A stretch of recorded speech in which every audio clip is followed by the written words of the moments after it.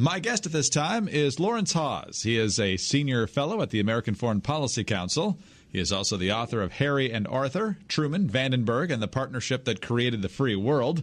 He joins me now to discuss his new column in The Hill, suggesting President Trump is failing to achieve the results we all want to see in Venezuela and is actually driving the Maduro regime into the arms of adversaries like China, Russia, and Iran. And Larry, thanks so much for being with us.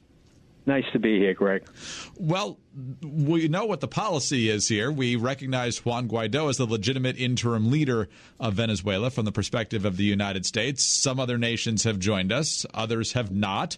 As you point out in the column, the military has not flipped on Maduro, which we were kind of hoping would happen. So other than a lot of sanctions and a lot of diplomatic pressure, what can we as Americans do better to see the result we want to see here? What is Trump failing to do that he actually could do? Well, Trump in Venezuela, as he is in a lot of places around the world, is far too impulsive and far too little strategic.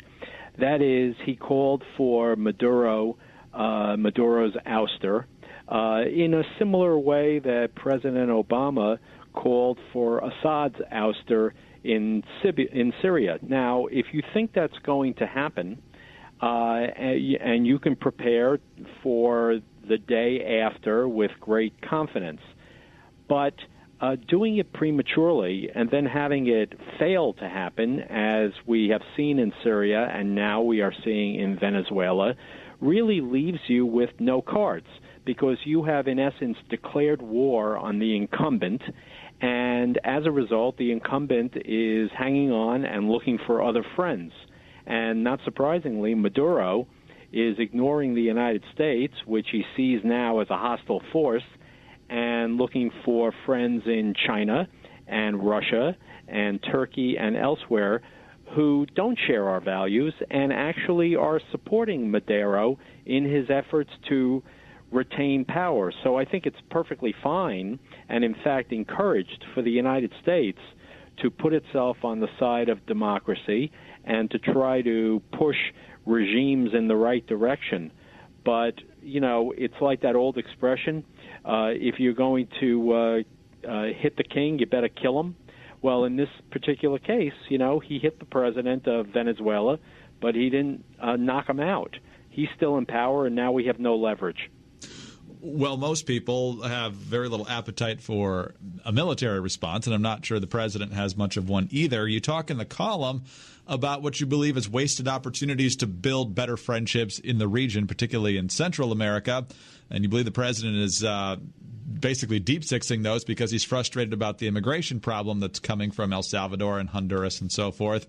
So as he tries to balance these things, what's the smart way to keep these people on your side when it comes to trying to force out the Maduro regime while not letting them get away with as much as they're getting away with right now in terms of migrants?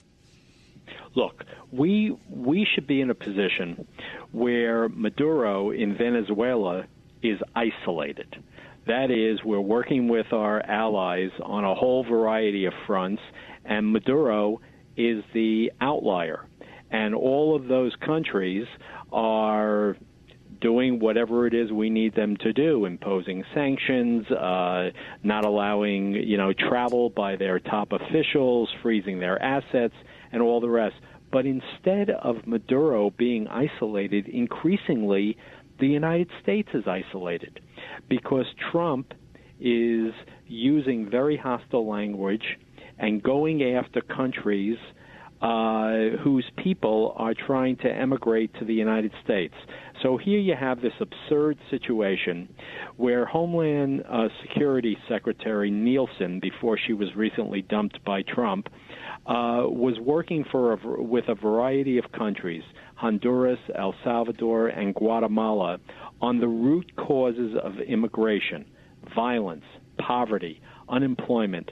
And they came up with a memorandum of cooperation that they were going to work ever more closely to stem the flow, as they put it, of irregular migration, that is, immigration to America's southern border. And what does Trump do the very next day after this memorandum of cooperation?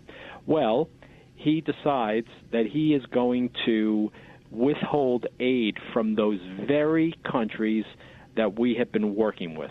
That makes absolutely no sense. So instead of Maduro in Venezuela being the outlier in terms of being an adversary of the United States, Trump is creating more adversaries for the United States.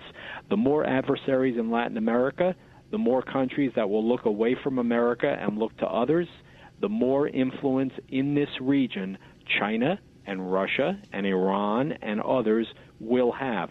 That is not where we want to be. We want to have great influence, as we always have, across the region. We are increasingly lacking influence in very important countries because we're not thinking through a long-term strategy. We're talking with Larry Haas. He's a senior fellow at the American Foreign Policy Council. His column, China, Russia, Iran, Rise in Latin America as U.S. Retreats, appears in the April 24th edition of The Hill. And, Larry, a couple of questions before we let you go, but pretty broad questions here.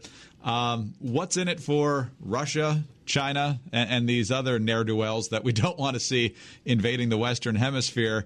Why are they so eager to help Maduro? Well, they're eager for a foothold into the region. I don't think Maduro is really the issue. But, you know, these are powers. I mean, China, a rising power, and Russia, a country under Putin that is trying to regain the glory of its days as the Soviet Union, and Iran, which has a revolutionary ideology that it's trying to spread across the world. Maduro is just a tool. What is he a tool of? He is a tool for influence in Latin America, south of the U.S. border. The more those countries are able to have influence in that region, the less influence we have.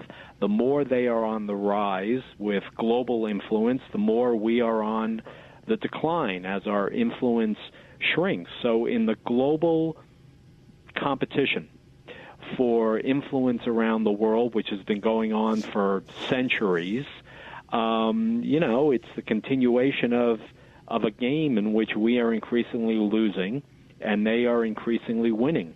They have a much different view of how to organize a society and rule a people. We are a democratic republic. These are authoritarian powers. They want to take on our approach, and they want to spread their kind of governance around the world. And the more we let them, the more influence they're going to have. And lastly, Larry, as I mentioned, another broad question. You point out in the column that about 6 years ago now, former Secretary of State John Kerry, he was in office at the time, said the era of the Monroe Doctrine is over. That, of course, referred to James Monroe and John Quincy Adams saying back in the 1820s that those of you in Europe and over there on the other side of the Atlantic, stay out of our business over here in the Americas. It's not just what Kerry's done. It's not just what Trump's doing now. You point out that we've really botched the policy, foreign policy in the Americas. How have we gotten it so wrong, and can we actually get it back? Well, we've gotten it wrong over a variety of, years, frankly. In the 1970s, we were much too close to right-wing dictatorships that were abusing their people.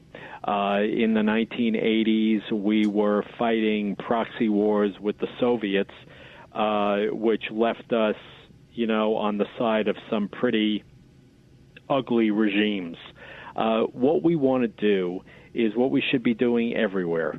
We want to obviously support our friends and confront our adversaries. But beyond that, even with our friends, we want to nudge them along to make democratic reforms in non-democratic places, to opt for free markets and capitalism as opposed to, socialism.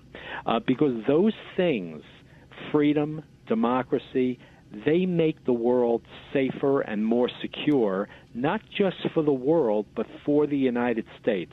And, at the end of the day, this is very hard to do. It's hard work. There are going to be problems. But there is no question that a freer, more democratic world, to the extent that we can inch it along, and we have done that in different places over time, to the extent that we can do that, we serve the world and we serve ourselves. So I think that's where we need to be, and that's not where we are today.